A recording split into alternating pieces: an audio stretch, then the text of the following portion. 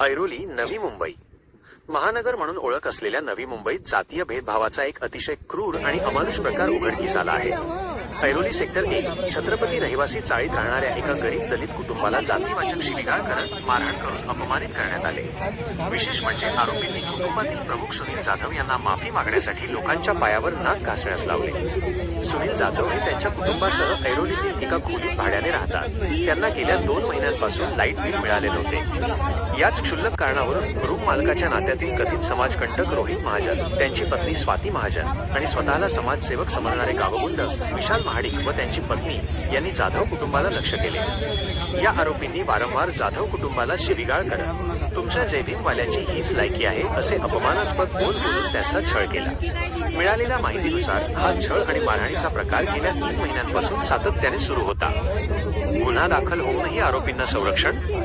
या गंभीर प्रकरणात सुरुवातीला रबाळे पोलीस स्टेशनने कोणतीही कारवाई केली नाही।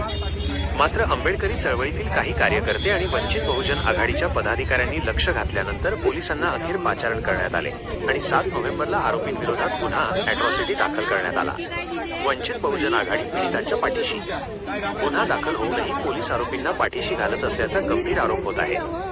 ही बाब लक्षात येताच वंचित बहुजन आघाडीचे विक्रांत चिपणे, किशोर अवसारमल, बाबासाहेब मेहते यांच्यासह अनेक प्रमुख कार्यकर्त्यांनी पीडित जाधव कुटुंबाची भेट घेतली। त्यांनी कुटुंबाला धीर देत आम्ही तुमच्यासोबत आहोत, तुमच्या केसालाही धक्का लागणार नाही असे आश्वासन दिले। तसेच वंचित बहुजन आघाडीतर्फे त्यांना कायदेशीर लढ्यासाठी वकील पुरवण्याचेही आश्वासन देण्यात आले आहे। या घटनेमुळे नवी मुंबईतील कायदा सुव्यवस्थेवर आणि जातीय सलोख्यावर मोठे प्रश्नचिन्ह निर्माण झाले आहे। दलित कुटुंबाला न्याय कधी मिळणार याकडे आता सर्वांचे लक्ष लागले आहे। लोकसमाचार 24 तासच्या माध्यमातून आम्ही तुमच्यासाठी अशाच महत्त्वाच्या आणि सत्य बातम्या घेऊन येत राहू। बातमी आवडल्यास आणि जनजागृतीसाठी कृपया लोकसमाचार 24 तासला लाईक, शेअर आणि सबस्क्राईब करायला विसरू नका। तुमचे एक शेअर पीडितांना न्याय मिळवून देण्यासाठी खूप महत्त्वाचे आहे।